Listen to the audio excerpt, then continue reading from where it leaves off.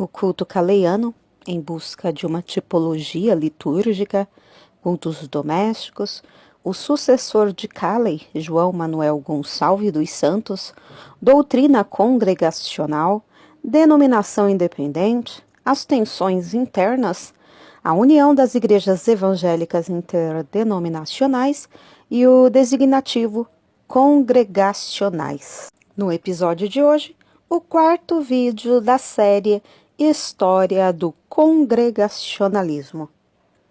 Um vídeo baseado na dissertação de Heitor Lamartine da Silva, O Fenômeno da Pentecostalização. Seja bem-vindo ao Diário Pentecostal Historiando, análise histórica e crítica sobre o movimento pentecostal brasileiro. Se inscreva no canal e siga nossas redes sociais. O povo que não conhece a sua história está condenado a repeti-la.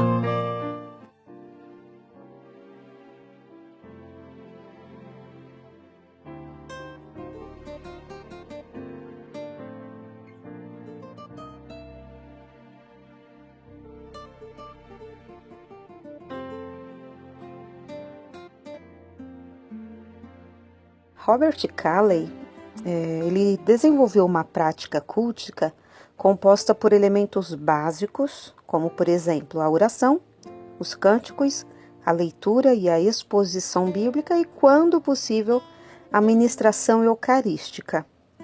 É possível que as circunstâncias da conversão de Caley, que se deu fora de um ambiente institucional, também tenham lhe conduzido para uma caminhada missionária independente, que reverberou na sua concepção e prática de culto. A biografia religiosa de Caley comporta uma mistura de elementos pietistas e racionalistas, que transpareceram em sua teologia e culto. Então, a autonomia de Caley contribuiu para que ele rompesse com os paradigmas litúrgicos de sua época, porque, apesar de ter sido influenciado por diversas confissões protestantes que adotavam ordens e livros litúrgicos, ele não fez uso desses modelos. Então, essa ruptura pode estar associada à compreensão de que a Bíblia não traz regras estritas para a realização dos cultos. Logo, não haveria necessidade de seguir o padrão estabelecido por outras denominações. O culto implantado por Caley teria como referência a prática cultica, não litúrgica. Uma prática espontânea das igrejas livres da Europa. Então, desde que chegou no Brasil, Caley investiu no modelo cultico discreto e simples iniciado em sua própria residência. Esse modelo cultico foi endossado com a chegada dos missionários norte-americanos, que, influenciados pelos movimentos reavivalistas, reforçaram e perpetuaram esse conceito e prática de culto. Companheiros do missionário, eles também seguiram essa prática. Então, assim, todas as noites, eles abriam suas casas para amigos, a fim de participarem com eles do culto doméstico, em que se lia a Bíblia e se fazia algum comentário sobre ela, cantavam-se hinos e faziam orações. O culto doméstico tinha uma ativa participação dos leigos, que dirigiam orações, entoavam cânticos e faziam a leitura bíblica. Então, realizada no ambiente familiar, essas reuniões não requeriam a presença do missionário ou pastor para serem realizadas.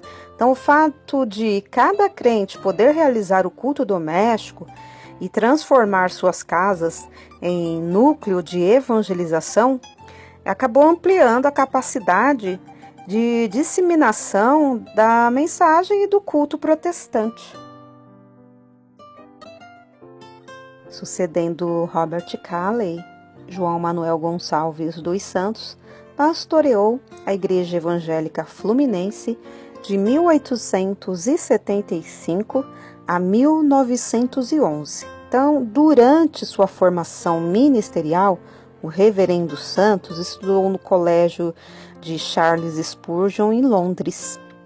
O foco evangelístico e a ênfase avivalista, do príncipe dos pregadores acompanharam o reverendo João Santos, que entendia e dirigia os cultos à semelhança dos batistas ingleses, sem adotar um livro de ordem litúrgica e tendo como centro o sermão bíblico.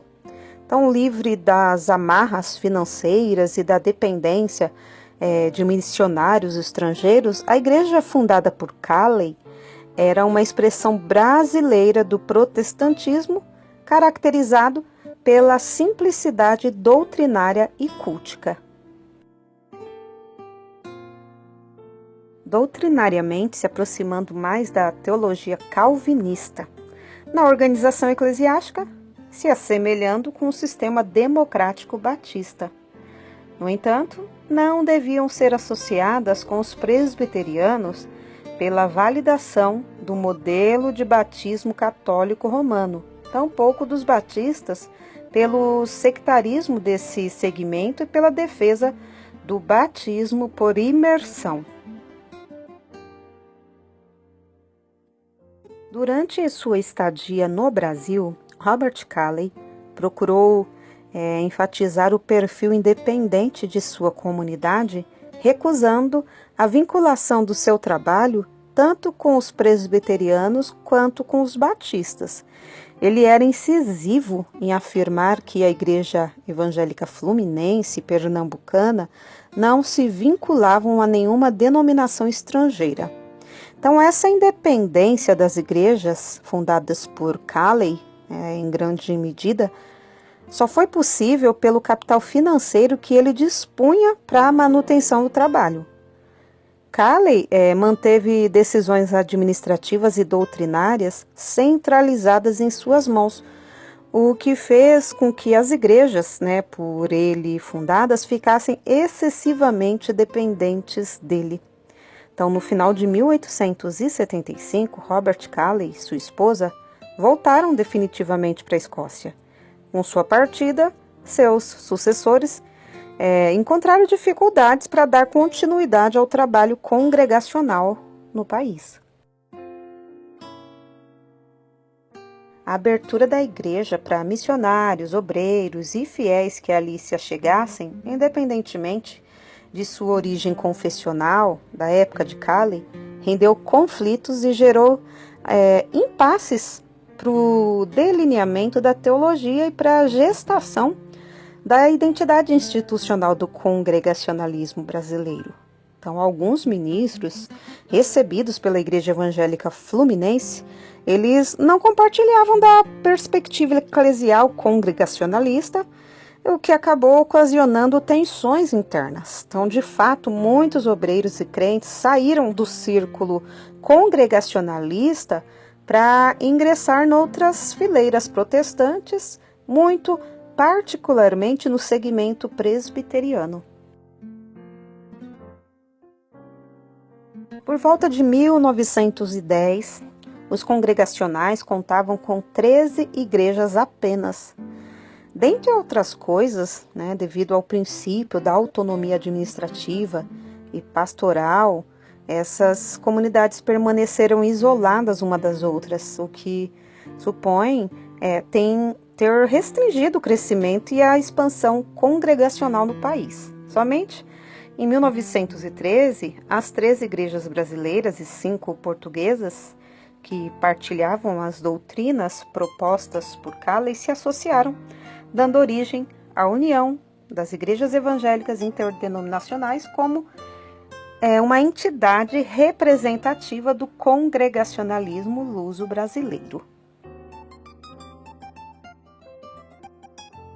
A menção ao congregacionalismo foi omitida na fase de institucionalização como uma forma de evitar que o trabalho de Calley fosse associado ao congregacionalismo inglês ou norte-americano, nada desejado pelo avanço do liberalismo teológico e o distanciamento dos princípios congregacionalistas de várias igrejas congregacionais na Inglaterra e nos Estados Unidos no final do século XIX. Então, somente em 1916, o designativo congregacionais foi implementado ao nome da organização denominacional, sendo chamada então de Aliança das Igrejas Evangélicas Congregacionais Brasileiras e Portuguesas.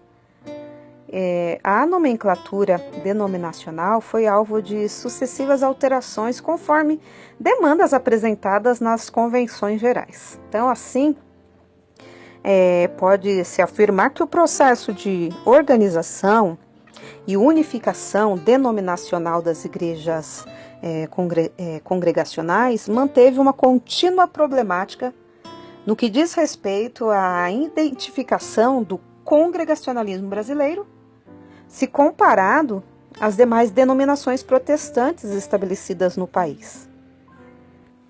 Em 1942, a União das Igrejas Congregacionais firmou um vínculo denominacional com a Igreja Evangélica Cristã, dando origem à União das Igrejas Evangélicas Congregacionais e Cristãs do Brasil. Contudo, essa fusão rendeu inúmeros conflitos internos enquanto durou. Então, durante esse período, interrompeu-se a sequência histórica do congregacionalismo no Brasil, porque o legado, as doutrinas e os princípios congregacionalistas foram asfixiados pela justaposição das igrejas coligadas. Então, as incompatibilidades causaram sérias reservas doutrinárias e pessoais entre ministros e igrejas das diferentes denominações então associadas.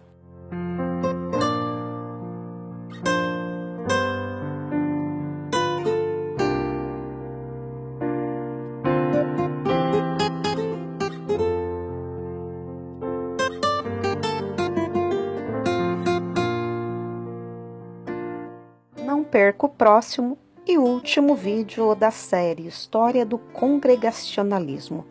Congregacionais Pentecostais. Movimento de restauração denominacional, dissidência, dissolução da União das Igrejas Evangélicas Congregacionais e Cristãs do Brasil, congregacionais versus pentecostais, movimento renovacionista, 18º Concílio Geral da União Congregacional e a Aliança de Igrejas Evangélicas Congregacionais do Brasil.